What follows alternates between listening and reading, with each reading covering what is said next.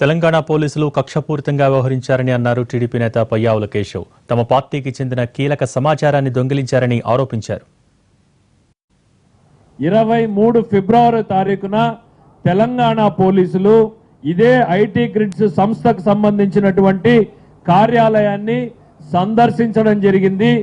ఆ రోజున అక్కడ ఉన్నటువంటి మనకున్నటువంటి సమాచారం మేరకు అక్కడ ఉన్నటువంటి పనిచేస్తున్నటువంటి ఐటీ ప్రొఫెషనల్స్ ను పనిచేస్తున్నటువంటి కీలకమైనటువంటి సిబ్బందిని పూర్తి స్థాయిలో విచారణ చేసి ఇన్క్లూడింగ్ ఎవరైతే వీళ్ళు అశోక్ గురించి మాట్లాడుతున్నారో అశోక్ ని కూడా తెలంగాణ పోలీసులు 23వ తారీఖున విచారించిన విషయం వాస్తవం కాదా అని చెప్పి నేను తెలంగాణ కమిషనర్ అడుగుతున్నా.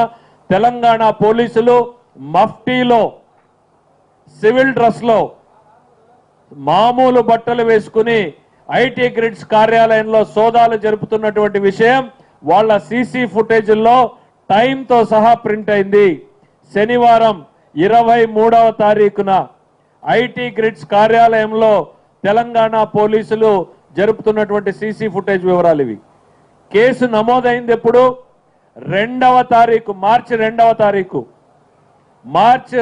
తారీఖు అర్ధరాత్రి 12:15 హైదరాబాద్ లో ఎఫ్ఐఆర్ నమోదు చేయబడింది. అంటే 2వ తారీఖు